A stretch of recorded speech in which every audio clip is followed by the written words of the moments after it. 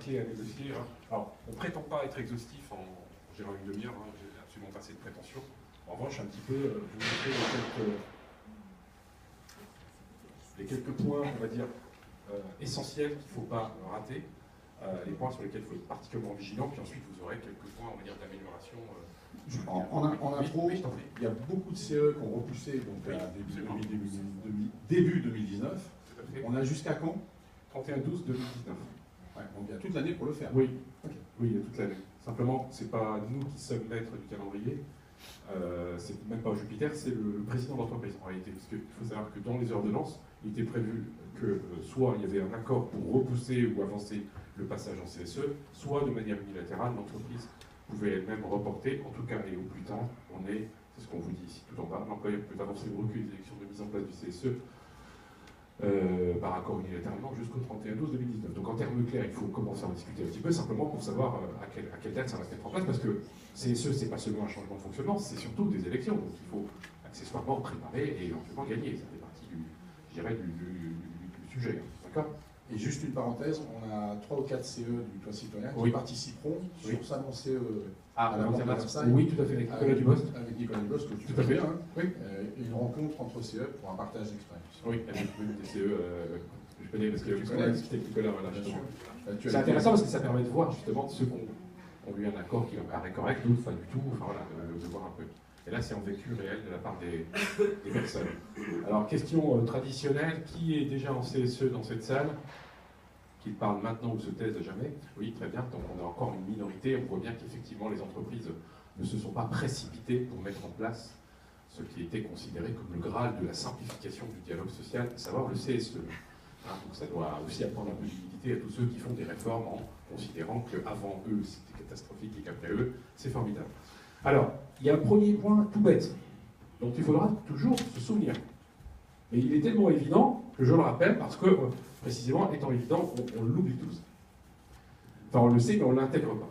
Le comité social et économique remplace le comité d'entreprise, les délégués du personnel et le CHSCT. C'est-à-dire que les attributions du CSE, il ne faut pas dire CSE, c'est pas loin de CE, donc j'enlève une lettre, j'en rajoute une, j'en retiens deux, etc. Il faut dire que le CSE, c'est CE plus DP plus CHSCT. Donc en termes d'attribution, d'accord, et donc de questionnement, et donc de questions à traiter lors des réunions, c'est ces 3 points-là. Ça, c'est fondamental de s'en rappeler tout le temps. Et c'est vrai qu'on a tendance, enfin, le premier, j'allais dire, hein, parce que je suis plutôt expert auprès des CE qu'auprès des DP ou des CHSCT, on a tous tendance à plus facilement identifier, parce qu'il y a une homothétie relativement évidente entre le CE et le CSE, on le verra tout à l'heure sur les questions de budget, etc., un fonctionnement, il n'y a pas de problème. Sauf que, ce qu'il faut bien comprendre, c'est qu'il n'y a plus de CHSCT, et il n'y a plus de DP. Donc, il y a un CSE qui doit remplir les 3 rôles. Or, sauf à considérer que dans votre entreprise, les DP ne servent à rien et le CHSCT ne servait à rien, je ne crois pas que ce soit votre position, il faut bien donc que le CSE remplisse ces 3 missions-là. D'accord ? Donc ça a des conséquences sur les attributions, ça a des conséquences sur les problèmes d'organisation, ça a des conséquences sur les ordres du jour, ça a des conséquences sur les ordres de délégation, ça a des conséquences partout, puisque je vais remplir les 3 missions. C'est comme si on nous remplaçait, on n'avait plus qu'un ministre au lieu de 3, quoi, en termes clairs, hein, les affaires étrangères, intérieures, et puis économie, ou que sais-je. Voilà, donc c'est un peu ça qu'il faut se rappeler, ok? Donc ça c'est un premier point qui est important. Alors on va avancer, parce que ça c'est, vous allez dire que comment ça marche en bidule? On va être obligé de rappeler Patrick. Passer d'une page à l'autre devient très compliqué pour moi.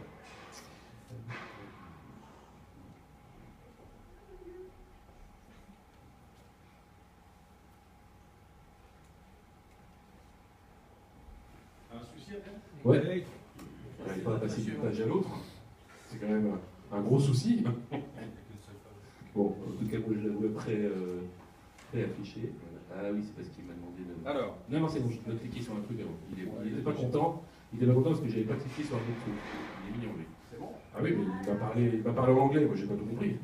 Et voilà, alors, mise en place suppression. Donc, alors, ce qu'on a fait dans le support, que bien évidemment Patrick enverra à tous ceux qui m'auront écouté religieusement pendant toute la matinée, non, je déconne, tu l'envoies à qui tu veux, vous aurez, et ça c'est un point important, et on le doit à Cédric Huillier qui est également, donc, qui vient régulièrement, et ça c'est un point tout bête. C'est qu'on vous a mis des articles. Ça paraît bête comme ça. Mais c'est vrai que vous êtes en train de découvrir une nouvelle façon, entre guillemets, de faire du vélo. Donc du coup, si vous n'avez pas la règle, alors vous pouvez toujours vous appuyer là-dessus, mais vous avez aussi, en cas de contestation, de litige, ou en tout cas d'incompréhension de ce qu'on vous dit, la possibilité de vous référer directement à ces articles-là, étant que vous savez que ces articles sont par définition nouveaux parce qu'ils ont été mis en place avec les ordonnances.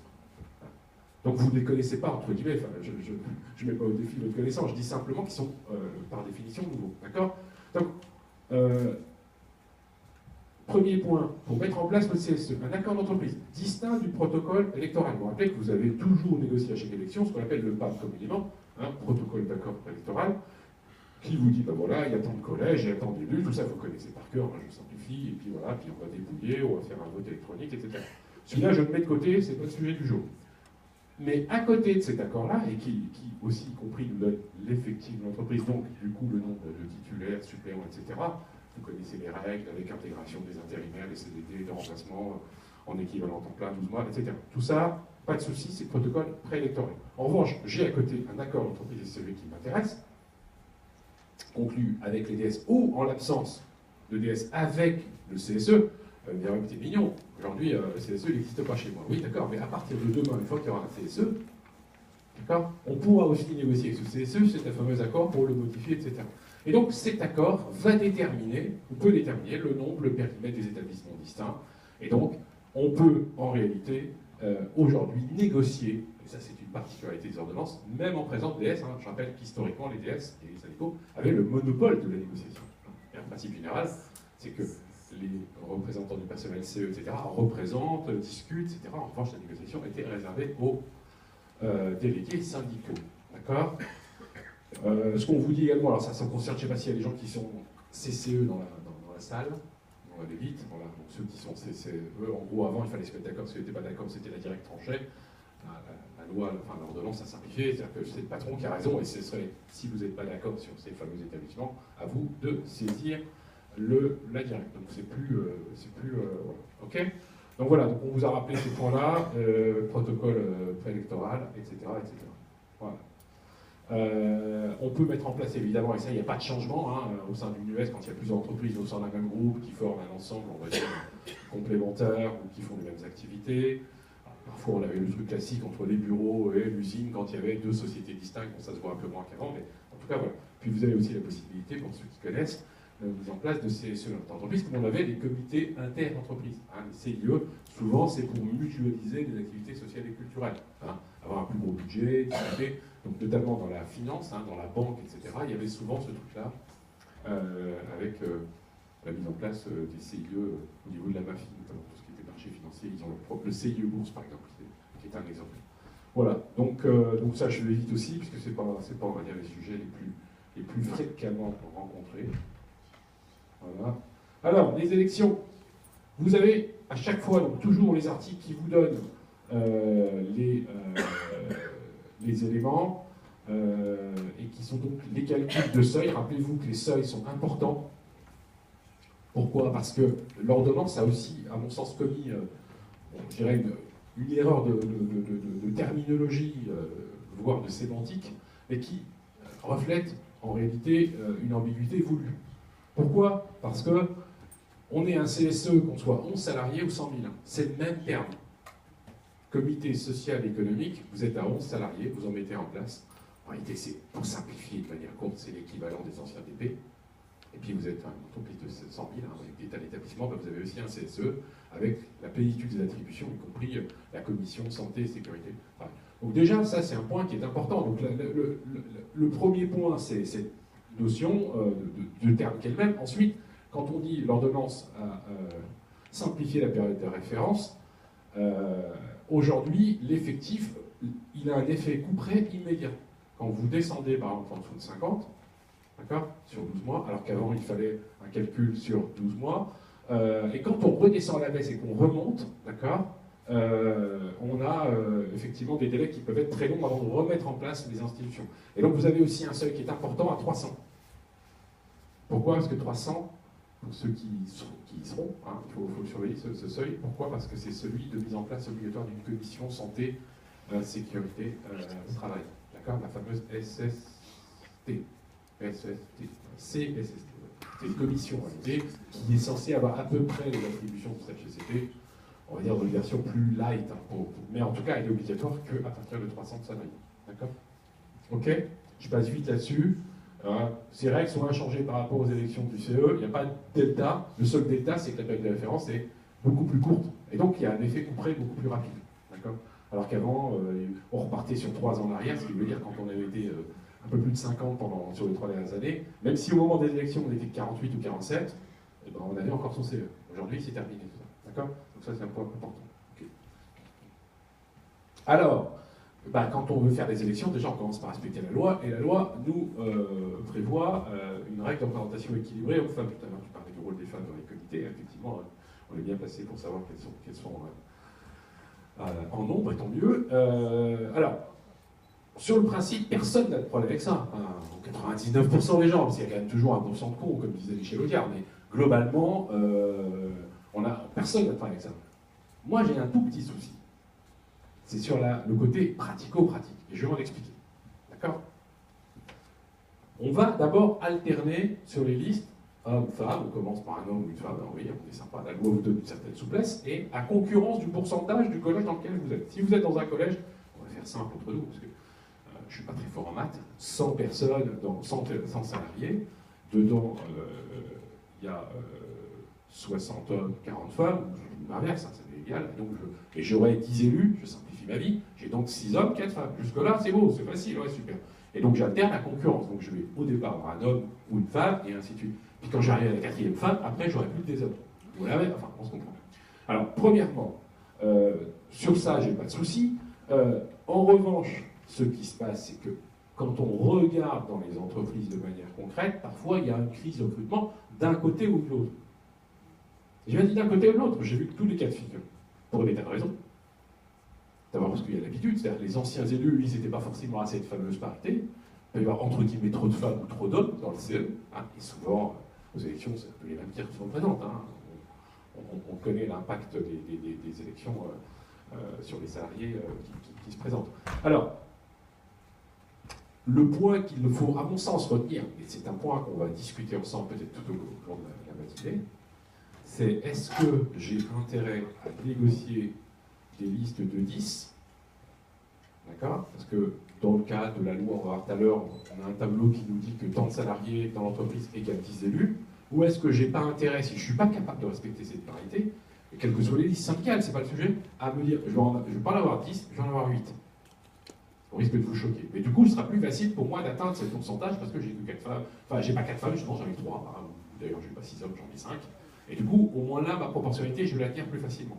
Ça, c'est une question que vous devez vous poser. D'accord? Pourquoi je fais ça? Premièrement, pour remplir cette question-là, qui est fondamentale. Parce que tous les élus surnuméraires sont éliminés. Ils peuvent faire 100% des voix, ils n'existent pas. D'accord? Donc c'est un peu ballot, quoi, entre guillemets. Ça, c'est le premier point. Et le second point, c'est que, rappelez-vous ce qu'on a dit en introduction, le CSE, c'est CE, DP, CHSCT. Est-ce qu'il vaut pas mieux un petit peu moins d'élus qui plus d'heures, mais c'est du bon sens paysan, hein, pour pouvoir, à la limite, avoir le temps de gérer l'ensemble de ces attributions. Et la question des DP est une question très importante dans beaucoup d'entreprises, parce que c'est ce qui touche au quotidien des gens. On m'a refusé mes congés, on m'a fait ceci, on m'a fait cela, etc., etc. Le café n'était pas bon. Non, je déconne. Voilà, non, mais je sais pas. En tout cas, c'est des sujets que vous traitez tous les jours et sur lesquels les gens ont besoin de vous. C'est vraiment là, vous avez un rôle vraiment utile. Vous savez, parfois, à une grande réunion où on discute de la stratégie dans 3 ans de l'entreprise avec un expert qui nous dit c'est formidable, il faut gagner des parts de marché, c'est formidable. Tout ça, c'est bien, c'est un peu conceptuel. Et là, dans la vie au quotidien des gens, c'est vrai que le problème de savoir pourquoi dans les congés, alors que d'habitude, c'était, je sais pas quoi, il y avait un roulement dans le service, et là, c'est plus comme ça, c'est le chef qui impose, enfin voilà, je sais pas trop, hein. Il y a différentes questions. Ça peut valoir le coup qu'on ait du temps pour traiter ces points-là. D'accord ? Donc voilà, donc ça c'est un point qu'on va regarder en parallèle de tout ça. D'accord ? Donc voilà, vous avez ici des règles qui sont d'une rigueur absolue. D'accord ? J'observe que nos amis des politiques qui avaient voté la parité pour eux avaient trouvé une parité absolument géniale. C'était le titulaire est un homme, la suppléante est une femme. Hein, vous vous rappelez, ça c'est vraiment un truc qui a honoré, je dirais, la représentation nationale. Et après, les mecs se demandent pourquoi on n'a pas confiance en eux. Quoi, Tiens, alors, je te mets un coup de couteau, et pourquoi tu me fais la gueule? Je comprends pas. Ah, ok. Donc là, elle est, je dirais, à mon sens, même excessivement rigoureuse. Vous voyez, on risque de choquer, j'allais dire, ou les hommes ou les femmes, par définition. Pourquoi? Parce qu'ici, on vous demande même d'arrondir les décimales, vous voyez? Et on vous dit qu'à 0,4, vous ne pouvez pas être à 1, quoi. Vous devez être à 0, en l'occurrence. 7,4, ça fait 7. Ça ne fait pas 8 ou 7. D'accord? Et 7,5, hein, ça fait 8, voilà. Point terminé.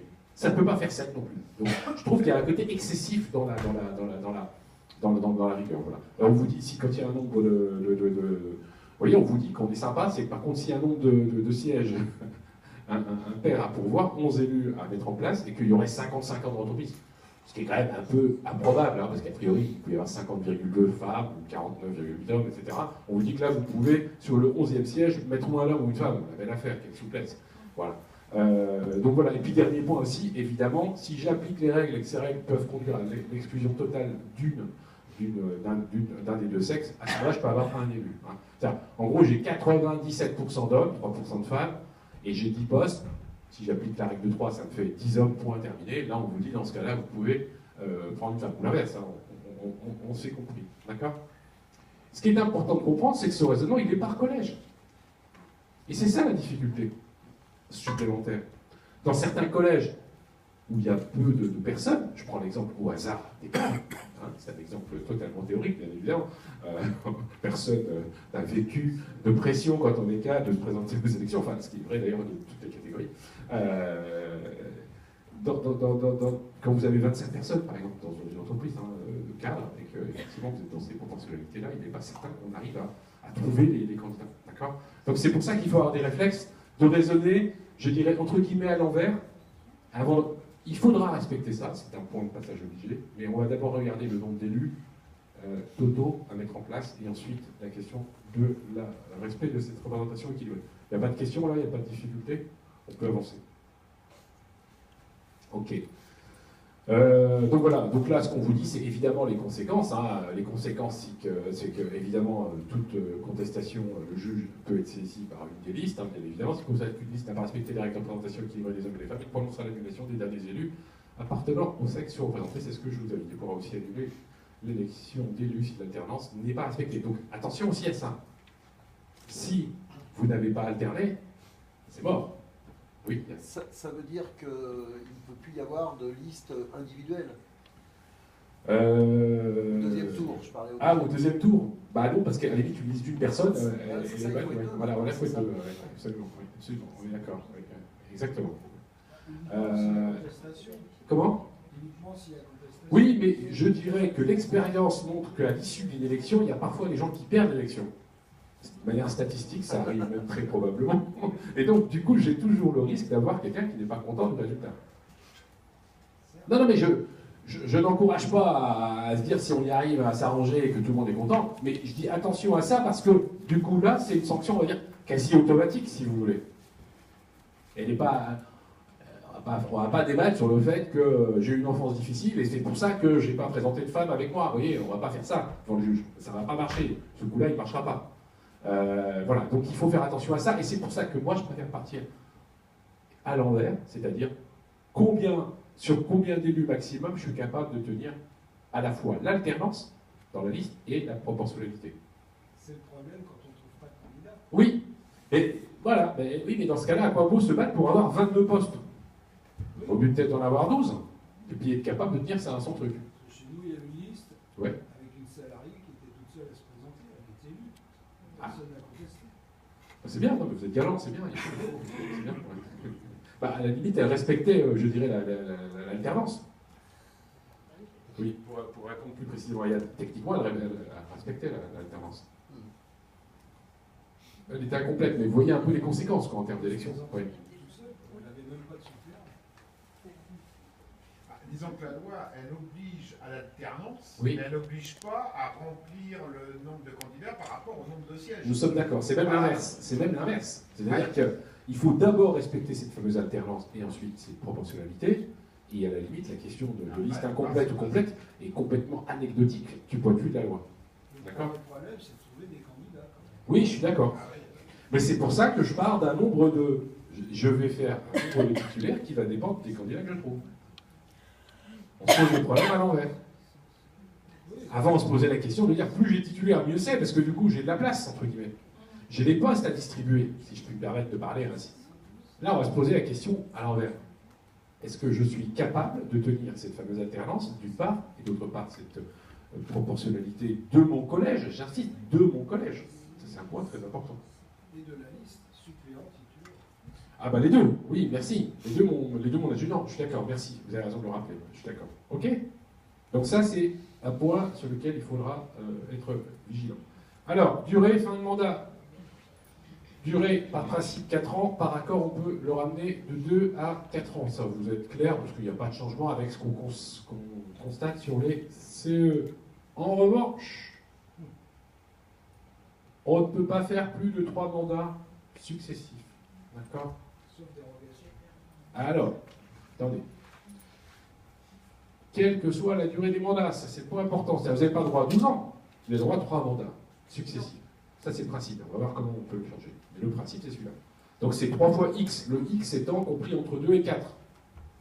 Ça peut être 3 fois 2 égale 6 ans, 3 fois 4 égale 12 ans, 3 fois 3 égale 9. Oui, un peu, ma maîtrise des mathématiques est impressionnante. Heureusement que j'ai révisé ce matin avant de venir. Ma table du 3. Alors, ce que l'on vous dit, c'est que dans une entreprise entre 50 et 300 salariés, par accord préélectoral, possibilité de déroger à cette limitation de 3 mandats. Donc il faut que l'employeur soit d'accord. Et j'allais dire, si je puis me permettre un peu de provocation, parce qu'on se connaît, on est des amis maintenant, hein, s'il vous dit oui, quelque part, mais quel désaveu. Ça veut dire que vous ne l'avez pas vraiment emmerdé, si vous passez l'expression. Oui, ah bah non, au contraire. Ah bah non, je préfère que ce soit toi. Ah, c'est horrible. Donc après, on se demande quel est le bon, hein, la bonne solution. Est-ce qu'il vaut mieux qu'ils disent oui ou est-ce qu'il vaut mieux qu'ils disent non? Mais attention, et ça c'est le point le plus important, c'est qu'on ne peut pas négocier dans une entreprise de plus de 300. Dans une entreprise de plus de 300, vous ne pouvez pas faire plus de 3 mandats, point à la ligne. D'accord? Donc même avec l'accord de l'employeur, vous ne pouvez pas. Le premier mandat commence à... Oui, merci. Les mandats qui comptent, ce sont les mandats CSE. Vous avez raison c'est un point très important. On ne compte pas les mandats antérieurs, hein, parce qu'effectivement, la loi n'a pas de disposition rétroactive, heureusement. Enfin, c'est un principe constitutionnel. On va compter les mandats CSE désormais. D'accord? Ok? Et j'ai bien CSE. Donc, même si vous aviez, par hypothèse complètement théorique, re-signé une élection de CE il y a un an, jusqu'à fin 2019, tout ça, ça compte pas. Ce qui compte, c'est les mandats CSE. Donc, pas plus de 3 mandats. Oui. On fait la différence entre un mandat titulaire et un mandat suppléant. Oui, mandat égale mandat. Mais vous n'êtes pas loin de la vérité. Ça ne veut pas dire représentant syndical, par exemple. Une des solutions que l'on a pour maintenir un minimum quand même je dirais, de continuité dans l'élément, c'est la question de pouvoir passer d'un mandat d'élu à un mandat dit désignatif. C'est-à-dire le syndicat vous désigne représentant syndical auprès de l'entreprise. D'accord? En dessous de 300, c'est obligé dans les syndicales. Au-dessus de 300, c'est ça peut être quelqu'un d'autre. D'accord? Alors, le raffinement, c'est que si vous faites l'équation, moi je dis, c'est un peu comme la chanson de Patrick Bruel, mais c'est rendez-vous dans 12 ans. Pourquoi? Parce que si vous devez à la fois ne pas faire plus de 3 mandats et en même temps toujours présenter des listes équilibrées, franchement l'équation, elle devient mathématiquement, enfin pratiquement plutôt, pas mathématiquement, impossible. Elle est intenable. Vous avez déjà bien eu du mal à faire votre parité, enfin représentativité, proportionnalité, appelez-la comme vous voulez, construire votre liste de briquets de broc pour y arriver. Et vous êtes arrivé 12 ans après, et on vous dit, bah, tous ceux qui ont été élus, alors après, ceux qui n'ont pas été élus, hein, je suis dans la liste, bah, tous ceux-là, bah, ils dégagent, quoi. Et du coup, on va prendre ceux qui n'ont pas été élus. Ce qui est bien. Même ceux qui avaient été complètement raturés, etc. Non, mais j'essaie d'un peu de raisonner et de montrer qu'en réalité, ce texte, à mon sens, a, par certains côtés, manqué de discernement. Enfin, on a voulu un peu rénover le dialogue social. Donc, pour eux, rénover le dialogue social, c'est l'employeur peut décider tout seul. Ça, c'est une façon de rénover. Voilà. Oui, c'est un peu ça. Et s'il n'y a personne qui se présente au comité, eh bien, il y aura carence. Il y aura carence. Non, mais on ne sait pas encore la portée et les conséquences de ce texte à un horizon de 12 ans. Mais effectivement, on peut avoir, je suis d'accord, on peut avoir ces conséquences-là. ou des VIX construits de une personne, deux personnes, avec parfois, j'allais dire, des CSE eux-mêmes ingérables ou ingouvernables, parce que finalement, il n'y aura plus de majorité, on va dire, stable, hein, pour prendre des décisions toutes bêtes, même simplement pour les colonies, pour ce que vous voulez, hein, c'est pas forcément pour des grandes décisions politiques, mais pour toutes ces décisions-là. Mais c'est quelque chose, si vous voulez, qui est un peu complexe à intégrer. Hein. Et en cas d'interruption de mandat, interruption pour quelle raison? à la rigueur, au troisième mandat, il y a une démission de 1 an avant la fin du mandat. Oui. Est-ce qu'on peut se représenter pour un quatrième mandat? C'est une colle. Je crois qu'il y a une interruption. C'est une colle, pas la de 3. Bah non, parce que votre mandat, vous l'avez fait. Vous l'avez eu. Vous l'avez eu? Non, je pense pas. C'est pour ça que ça marche. Puisqu'on dit, quand on dit successif, on a eu trois fois de suite, à chaque fois qu'il y a eu une élection, un mandat. Je pense que la seule possibilité qu'on a identifiée aujourd'hui avec Cédric, mais je ne dis pas qu'on a tout compris, il y a une loi qui est toute récente, qui n'a pas encore beaucoup d'applications derrière nous, c'est l'histoire de la représentant syndical. Mais peut-être, hein, je dirais non, parce que votre mandat, même si vous démissionnez, vous l'avez bien eu de manière successive. Hein. Oui. Ils ont succédé les uns aux autres. Ça doit tomber. Ou alors il faut que au troisième mandat, tout le monde démissionne en même temps. Non, ça suffit. Comme ça, il faut reprovoquer des élections. Oui, mais si on reprovoque une élection et que je me représente. Mais le troisième mandat, il est passé. Mais comment il est passé? Pour qu'il n'y ait pas des mandats successifs, par hypothèse, il faut qu'il y ait un mandat que je n'ai pas eu et que d'autres aient eu. Non, le seul moyen qu'il y aurait, ce serait plutôt ce que vous dites, c'est-à-dire, et là on est dans un truc très tendu, c'est vous vous présentez pas, je me présente, je suis un ami à vous, je me présente, et puis je suis élu, et puis au bout de 15 jours, je démissionne. Et puis c'est vous derrière qui vous représentez. Vous voyez un peu le délire un peu. Méthode à la Poutine. Voilà. Oui, voilà. C'est l'alternance. Merci. Premier ministre, absolument. Donc voilà, sinon, au sens successif, ça veut dire qu'ils se sont succédés. Même si entre-temps, les élections se sont passées quelques mois après le précédent mandat. D'accord? C'est le mandat des titulaires et suppléants. Le mandat, c'est le mandat. Vous pouvez être voilà, absolument. Donc c'est pour même le suppléant qui lui n'a. C'est un mandat. C'est un mandat. Il a un mandat, absolument. Mais alors, quel est leur rôle alors, les suppléants? Pardon? Les suppléants, s'ils n'assistent pas aux réunions. Ah ben j'ai rien dit moi, c'est pas moi qui fais la loi, c'est M. Macron, moi je suis responsable de rien moi. Ça pose un souci parce que s'ils viennent à remplacer Oui. les titulaires et Oui. qu'ils ne sont pas c'est le problème. Ah non mais ça on va le voir tout à l'heure, mais effectivement c'est une des questions qu'il faut se poser, absolument. Okay. Allez, j'accélère un peu si je veux essayer de tenir tout. Donc voilà, donc c'est voilà.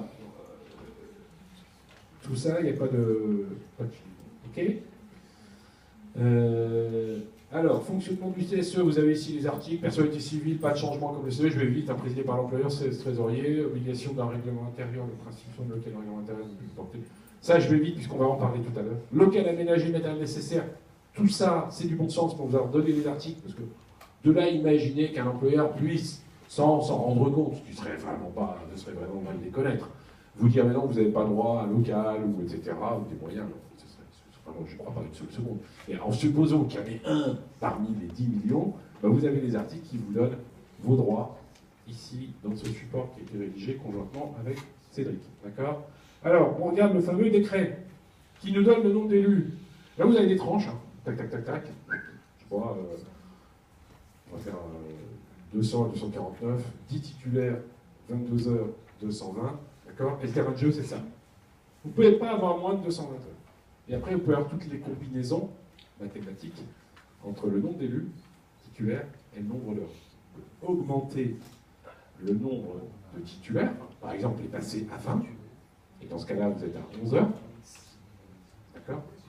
Alors, je n'ai pas du tout que c'est un intérêt, puisque je viens de dire l'inverse. C'était simplement pour illustrer le propos. D'accord? Vous pouvez en avoir que 5, qui auraient 44 heures. Vous êtes toujours à 200 heures. OK? Ce qui est très important, c'est que nous n'avions pas compris les ordonnances, et qu'à mon avis, il y a encore beaucoup d'employeurs qui ne les ont pas comprises, mais dans leur intérêt. Je m'explique. On avait compris dans un premier temps, à la suite d'un commentaire fait par la direction du travail, que ce 220 ici, on ne pouvait pas l'augmenter.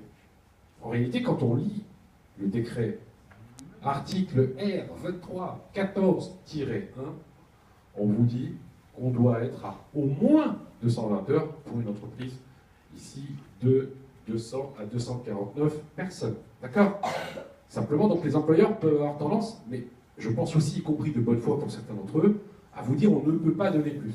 D'accord? Et c'est pour ça qu'on vous a mis cet article qui vous dit clairement que c'est au moins ce nombre d'heures-là. Donc je ne sais pas comment vous avez négocié, vous, le nombre d'heures, le nombre d'élus. Est-ce qu'on vous a dit on ne peut pas aller plus haut que ça? Ou est-ce qu'on vous a dit c'est la loi? Ou est-ce qu'on vous a dit c'est moi, employeur, je vais en donner plus? Comment ça s'est passé chez vous, Westine?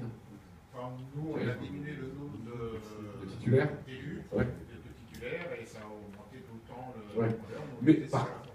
Mais vous étiez dans votre fourchette à vous? Vous n'êtes pas allé au-delà de la fourchette? Non. D'accord, ok. Mais par contre, dans le protocole, nous, on a négocié un accord structurel avant. Oui. Et dans l'accord structurel, on a octroyé des heures, par exemple, en plus pour le secrétaire. Oui. Et oui. Pour la commission sécurité, santé, travail et la commission opérationnelle métier.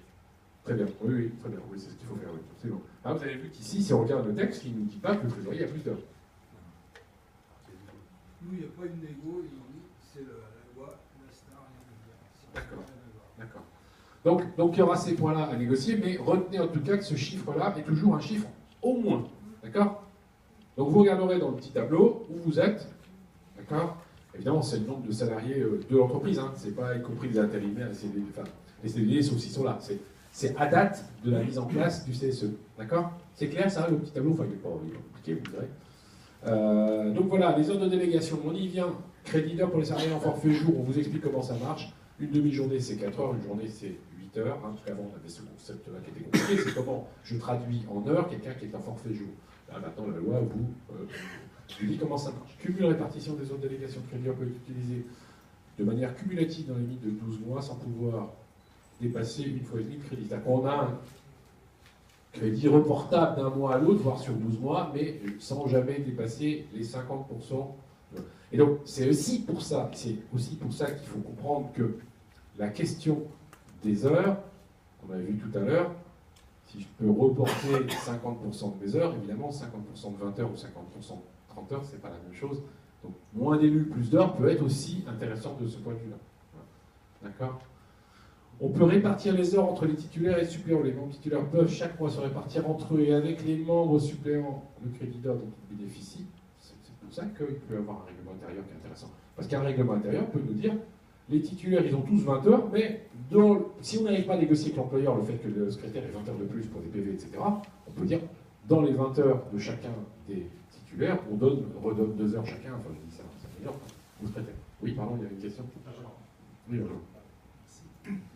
Sur le deuxième paragraphe, on a un débat actuellement avec la RH parce qu'ils nous disent qu'on doit les informer des heures qu'on n'a pas utilisées qui sont reportées. Nous, on a compris que c'était annualisé automatiquement et qu'on doit simplement les informer de la mutualisation quand on donne des heures aux suppléants, etc., ou entre titulaires. D'abord, est-ce qu'il y a quelque chose là-dessus dans votre protocole bidule mise en place du CSE? Il n'y a pas de protocole. Ok, et bien vous allez leur répondre la loi, toute la loi avec la loi. Ce sera la réponse du berger à la bergère, puisque dans la loi, il n'y a rien qui prévoit tout ça. Et comme on vous a fait le coup de la loi, toute la loi avec la loi, vous allez leur faire la même réponse. Circuler, il n'y a rien à voir. Mais attention, parce que si j'avais eu un protocole, enfin un accord de mise en place du CSE, pardonnez-moi, et pas un protocole, parce que là on pense à l'électoral, qui prévoirait ce genre de disposition, a priori, il n'est pas en soi illégal. C'est une modalité de fonctionnement, d'accord? Mais il n'y a rien qui le prévoit, d'accord? Ok, on est ok, répartition, donc tout ça, c'est pour ça qu'on peut en parler dans les réglementaires. Oui. Juste une petite question. Oui, bien sûr. Attends, on t'entend bien. Dans ce cas, prévenir son employeur au plus tard 8 jours avant sa prise d'heure. C'est-à-dire qu'avant de prendre des heures de délégation, on devra le prévenir une semaine avant? Non, c'est uniquement pour les... C'est seulement quand on... Oui, voilà. Oui, c'est seulement pour les heures reportées. Oui, d'accord. Merci, absolument, d'accord. Bon, après, en pratique, on a quand même une organisation, on dit quand on est en délégation, sinon... Voilà. Alors, pour les plus de 300 salariés, je ne sais pas s'il y en a beaucoup ici, plus de 300 salariés. Oui. Soyez pas modeste, hein. Vous avez le droit d'avoir des emplois, c'est bien. Alors, il y a aussi des crédits d'heures en plus, hein, pour un certain nombre de commissions du CSE, donc commission économie, logement, tout ce que vous voulez. 30 heures pour une entreprise de 300 à 1000 et 60 heures pour une entreprise de plus de 1000 heures. D'accord? Les 30 heures, qu'on soit bien clair, par exemple, c'est, elles sont dispatchées après en fonction des membres de la commission. Ouais. Ouais, c'est ça. C'est aussi pour ça qu'il faut réfléchir à combien je mets de personnes dans la commission. Il faut être tactique. C'est bien d'avoir une commission de 22 personnes, mais si chacun a 1 heure, c'est bien. Comme le seuil de 300 permet aujourd'hui d'avoir une commission sécurité et oui. conditions de travail, l'ex-CHSCT, c'est peut-être pas idiot de consacrer une partie de 16 heures à cette commission. Non, car pour la commission, CHSCT, par dérogation de temps passé par la commission, vous êtes rémunéré comme temps de travail, donc pas déduit des heures de délégation. Donc lui, il est traité à part. C'est pour toutes les autres commissions. Okay. Égalité professionnelle, mutuelle, enfin, je n'ai pas en tête toutes les commissions, mais à la limite, on peut en créer. Je crois que tu parlais de commission métier, enfin, on peut en créer, il n'y a pas de problème, j'ai pas de souci là-dessus. En revanche, ce que je sais, c'est que si je ne négocie pas, je n'ai que ça. Mais attention,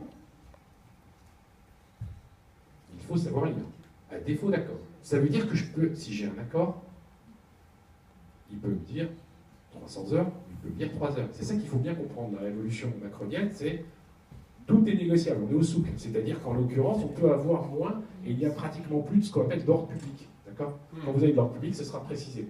Si ce n'est pas d'ordre public, ça veut dire que c'est négociable. Et donc si c'est négociable, ça veut être aussi en moins. D'accord ? Ou en plus, ça va de soi, mais ça, vous n'avez pas besoin de moi pour essayer de négocier en plus, hein, généralement. Des grands garçons, des grandes filles. En revanche, il faut bien comprendre, ces réflexes qu'il faut avoir, c'est de bien connaître ses droits minimum. Mais minimum, c'est plus minimum comme avant, qui était, si jamais j'ai écrit moins dans l'accord, c'est pas grave, j'irai lui dire, regardez la loi. Minimum, c'est, sauf si j'écris quelque chose d'autre dans l'accord. Ok ? C'est un point qui est important en termes de réflexe. Oui. Dans la liste des commissions du CSE, est-ce qu'il y a la commission formation? J'allais répondre à votre question en déroulant le slide suivant. Vous voyez, comme quoi, en fait, on s'est mis d'accord. Merci pour cette question. Pourquoi ? Regardez, ici, on vous a indiqué tout ce qui était ce qu'on appelle dit d'ordre public, c'est-à-dire obligatoire. Et ensuite, vous avez un article qui prévoit le champ de la négociation. Donc, ce qui est obligatoire et rien d'autre en termes de commission, c'est la commission santé, sécurité, conditions de travail, au-delà de 300 salariés. Point à la ligne. Toutes les autres commissions deviennent ce qu'on appelle supplétives, donc négociables. Donc, on peut les mettre en place, on peut ne pas les mettre en place. D'accord ? Commission économique, machin, bidule. Alors, je vous rassure, vous n'êtes pas obligé de signer un accord qui prévoit les choses comme il n'y aura pas d'autres commissions, puisque dans ce cas-là, on appliquera les dispositions dites supplétives du Code du travail qui les remplacent, et évidemment, on retrouvera cette fameuse commission économique pour les plus limites, les commissions d'égalité professionnelle, etc. D'accord ? Donc, ce qui est dans le public, c'est effectivement la mise en place de la SSCT, la commission SSCT. OK ? Santé, sécurité, conditions de travail. OK ? Alors, sur la fréquence des réunions du CSE, disposition supplétive, 1 fois par mois pour les plus de 300, tous les 2 mois pour les moins de 300, hein, un peu comme on l'avait avant dans les comités d'entreprise de moins de 200, je crois que c'était moins de 200. Okay. Après, on peut très bien signer un accord qui prévoit 11 réunions par an, hein, ou 12 ou 10 réunions par an pour les moins de 300. C'est à vous de discuter. Mais en tout cas, sachez que si jamais vous n'arrivez pas à vous mettre d'accord, pour les moins de 300, ça va être 1 fois tous les 2 mois. Et puis, vous avez la possibilité toujours de faire des réunions extraordinaires, comme vous savez, demander à la majorité des titulaires. Sauf si votre accord dispose de 3 ans. Si vous dites, il n'y a plus de réunions extraordinaires, mais il n'y a plus de réunions extraordinaires. Attention à ce que vous signez. D'accord ? Puisqu'encore une fois, tout est négociable possiblement. D'accord ? Alors, donc la fameuse commission santé et conditions de travail, elle est effectivement d'ordre public. On ne peut pas la supprimer dans les entreprises de 300 et plus. On peut aussi la mettre dans les entreprises de moins de 300 lorsque l'inspection du travail souhaite l'imposer, notamment en raison de la nature des activités ou de l'agencement des... Donc vous pouvez aussi plaider, entre guillemets, si vous avez, il y a eu des actions de travail, s'il y a une organisation qui fait que ça vous paraît pertinent et légitime, vous pouvez aussi aller plaider votre cause auprès de l'inspection du travail. D'accord ? Ok, bon, le reste, les grandes lignes, vous connaissez. Bien sûr, elle peut travailler avec l'inspection du travail, l'ingénierie CARSAT, tout le reste, on va dire, globalement classique, il n'y a rien de... voilà. Elle est composée de 3 membres au moins, dont un du 2e ou 3e collège, donc en termes clairs, un cadre parmi les 3 membres minimum, à vous de fixer si c'est 3, 5, 6, ou plus d'ailleurs, en fonction aussi, par exemple, de la configuration de vos locaux. Si tout le monde est sur un site, vous n'êtes pas obligé d'en avoir 42 de mecs. Si vous avez plein de sites éclatés, vous avez peut-être intérêt à avoir des gens proches du terrain. D'accord ? Ok, donc ça c'est pas difficile, j'accélère un peu pour tenir le timing. Fonctionnement du CSE. Donc le champ de la négociation, ben, il existe quand même sur le nombre de membres, il existe sur les missions qu'on délègue à cette commission. Donc vous voyez, il y a quand même beaucoup de dispositions. En fait, c'est le contenu concret qui, lui, fait l'objet de la négociation. D'accord? Les moyens alloués, alors cette commission n'a pas forcément de moyens, par exemple, elle ne peut pas décider d'une expertise, c'est toujours le CSE qui en décidera. Une commission, c'est juste finalement un organe à qui on délègue un certain nombre d'éléments pratiques, mais qui n'est pas un sujet de droit. Hein, voilà. On peut donc voilà, effectivement discuter de tout ça et mettre en place, ça va de soi, une commission là où elle n'est pas obligatoire, c'est-à-dire en dessous de 300, mais c'est toujours pareil, par accord d'entreprise. Alors, il faut bien comprendre que l'employeur peut aussi avoir intérêt à mettre en place ce genre de choses, parce que parfois dans l'entreprise, il y a des risques d'accidents et qui sont réels. Hein. On n'est pas simplement, comme dirait l'autre, là, j'allais dire pour emmerder le patron. On est aussi là pour régler des problèmes concrets. Or, des problèmes de sécurité, de santé au travail sont des vrais problèmes qui se posent dans l'état d'entreprise. Parler de certains, l'ensemble des films, le travail en bien, enfin, il y a des découpages comme ça d'entreprises, d'organisation, alors qui sont liés soit à des choix économiques, soit à des choix ou de mauvais choix organisationnels, qui font que la réalité du terrain nous dit que c'est pas à 300 il y a un problème et en dessous il n'y en a pas. Ça c'est moi qui nous dis ça, c'est une fiction juridique. La réalité du terrain peut vous dire que dans plus de 10 personnes, un restaurant dans le coin, il y a des tas de problèmes. D'accord? Donc battez-vous aussi peut-être pour la mettre en dessous de 300. Mais avec des arguments pertinents, c'est pas seulement de dire on veut des postes. C'est, voilà, nous on avait une CHSCT qui fonctionnait comme ça depuis 3 ans, 4 ans, notre CHSCT, mais il a fait ça il y a 1 an, il y a 2 ans, il y a 3 ans, il a fait ça. Voilà notre bilan. Quoi. Et on a un vrai bilan et on a intérêt à vous expliquer, enfin vous avez aussi intérêt, vous, à ce que les problèmes soient traités. Parce qu'ils ne sont pas traités, ben, on va aller à l'accident. D'accord? Oui. Nous, par exemple, on a 2 CHSCT, un qui est à Paris et un qui est à Blois, en entrepôt. Oui, ah oui. Comment ça se passe dans ces cas-là? Alors que ce n'est pas 2 établissements. Oui, vous n'êtes pas en établissement distinct. Non. Eh ben, tu n'auras évidemment qu'une seule commission, on est d'accord. En revanche, le nombre de membres, chez vous, 3, là, ça ne va pas répondre à une problématique de Paris et de Blois, parce que 1,5 chacun, c'est peut-être un peu court. Mais peut-être une commission, on aurait, je dis une bêtise, 5 membres, 3 à Blois, enfin je ne connais pas les proportionnalités d'effectifs, plutôt l'inverse, 3 à Paris et 2 à Blois, enfin ça peut être quelque chose comme ça. Et ça c'est fondamental. D'accord. Oui. 2 réunions différentes. Ah non, c'est une seule commission. Mais cette commission, elle a des représentants de terrain. Mais on verra aussi qu'on a aussi la direction de représentants de proximité. Mais pour moi, c'est plutôt qu'on ait une seule commission. Mais on n'a pas le choix. Il y a une seule commission. Et cette commission comprend des gens qui sont issus, enfin, ou qui sont physiquement basés à Blois. Sauf si on en fait 2, on peut faire 2 commissions. Non, on ne peut pas faire 2 commissions si on n'a pas 2 établissements distincts. C'est interdit. Si on en a. Pardon? Si on a 2 établissements. Ah oui, pardon. Donc on est d'accord.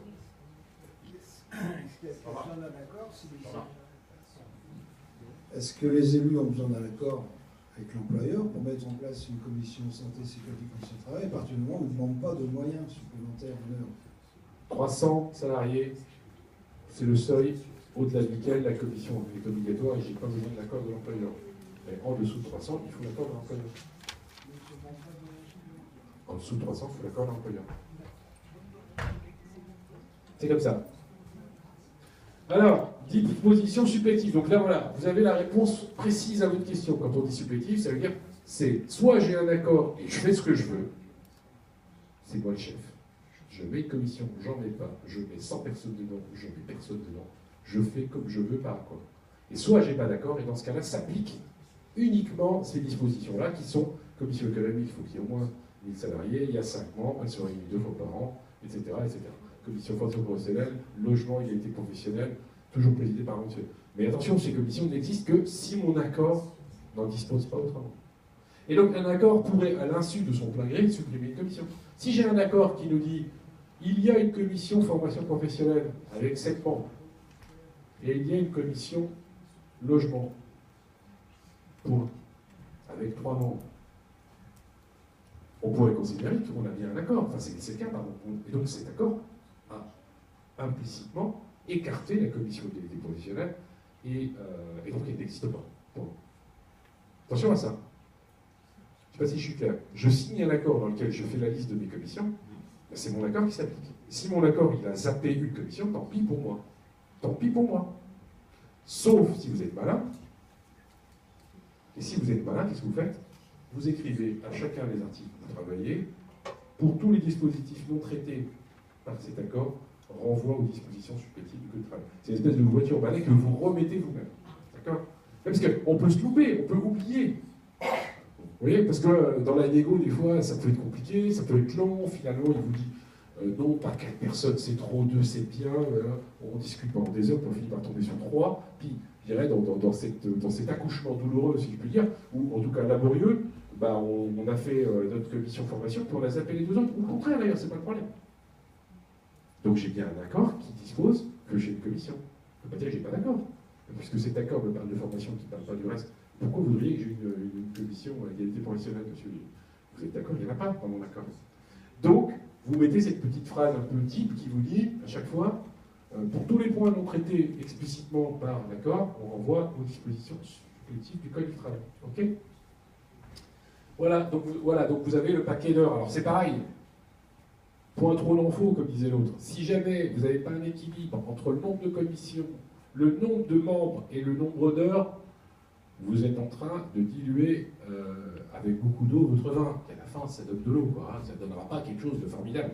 Ça veut dire quoi? Ça veut dire que si je ne suis pas capable de faire le lien entre ces 30 ou ces 60 et tout ça, ça ne sert à rien d'aller se battre pour avoir des dizaines de membres dans ces commissions-là. Peut-être moins, mais plus, quoi, si j'ose dire. À vous de trouver l'équilibre, mais il dépend des entreprises, parce qu'il y a des entreprises où, je ne sais pas, la commission au logement, ça ne sert à rien, je caricature, hein.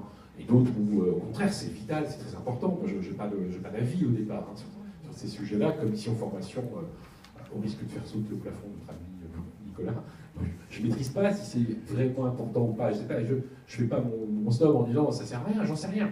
Je dis c'est juste, vous devez être complètement cohérent entre l'importance de la commission, le nombre de membres et le nombre d'heures. Vous devez raisonner, vous devez tout dire tous les poux en même temps. Et pas seulement comme on fait, vous savez, on faisait longtemps par dégoût tactique, c'est bon d'abord il faut plein de commissions, après il faut plein de membres, puis après on arrive, ah merde, on arrive là, puis après bah merde, bah oui, bah, qui va sur les heures, bah tant pis. Donc j'ai 30 heures, parce que c'est peu, enfin, entre guillemets, à répartir sur 3 commissions et à répartir sur X membres. Vous voyez à peu près le truc, hein. D'accord? Voilà pour le fonctionnement. Alors, dernier point. S'il vous plaît. Oui, je vous en prie. Est-ce que ça ne pose pas un problème sur la gestion des heures de délégation des suppléants Oui. dans les commissions supplétives? Oui. Oui, et alors? Et alors, moi je suis président de la République, j'ai été élu, j'avais pas 40 ans, et j'ai décidé que ce serait comme ça. Non, ce que je veux vous dire, oui, vous avez raison, mais là vous m'opposez un argument de bon sens, et un argument qui est complètement légitime, mais moi je vous dis que si vous n'avez pas d'accord qui prévoit des dispositions particulières pour que vos suppléants puissent avoir des éléments d'attribution, des heures de ce que vous voulez, ils n'ont rien. Ils n'ont rien. Le suppléant est nul. C'est comme ça. Et le suppléant, souvent, on peut le mettre dans cette case-là, représentant de proximité. Alors, le représentant de proximité, c'est génial parce que dans le Code du travail, vous avez un article que je connais par cœur, qui est l'article 2313-7, parce que l'article est super compliqué. Il vous dit un accord peut prévoir la mise en place de représentants de proximité. Voilà, j'ai fini de vous lire l'article. Vous le connaissez aussi par cœur. Ça veut dire qu'il n'y a rien dans la loi. Il n'y a rien, mais de rien, de rien. Il n'y a même pas un début de bout de quelque chose. Il n'y a rien. Donc, je n'ai pas de définition. Il faut tout construire dans l'accord. Les attributions de ces représentants, les moyens, les crédits d'heures, le fonctionnement, etc. Ok, ça, c'est fondamental. C'est pas la peine d'aller avoir plein de représentants de proximité qui, entre guillemets, servent à rien, parce qu'ils n'ont aucun moyen. Alors, je ne dis pas qu'ils doivent avoir 40 heures par mois, j'en sais rien. Ils doivent avoir 2 heures, 6 heures, moi, j'ai pas de souci là-dessus. En tout cas, vous devez tout, je dirais, régler. Alors, je vais vous faire simple. Hein. Moi, la plupart des accords que je vois, que je trouve plutôt bien ficelés là-dessus, ils ont fait une espèce de vague copier-coller des attributions des DP. Parce que c'est ça le but du jeu, c'est de régler sur le terrain les problèmes de terrain. D'accord? Et alors, comment on peut convaincre un DRH de mettre un représentant de proximité? En lui expliquant que c'est mieux pour lui. Et pourquoi c'est mieux pour lui? Parce qu'il vaut mieux que les problèmes de terrain, les problèmes qui sont à Vegas restent à Vegas, hein, comme dirait l'autre. Ceux qui se passent à Vegas restent à Vegas. Non, en l'occurrence, si ces problèmes-là ne sont pas réglés par la représentant de proximité, ils donneront lieu à une question à l'heure du jour du prochain CSE. Et donc on va avoir des CSE avec 42 points, 55 points. Et ce CSE, il durera tant qu'il le faudra pour épuiser tout leur budget. D'accord? Okay?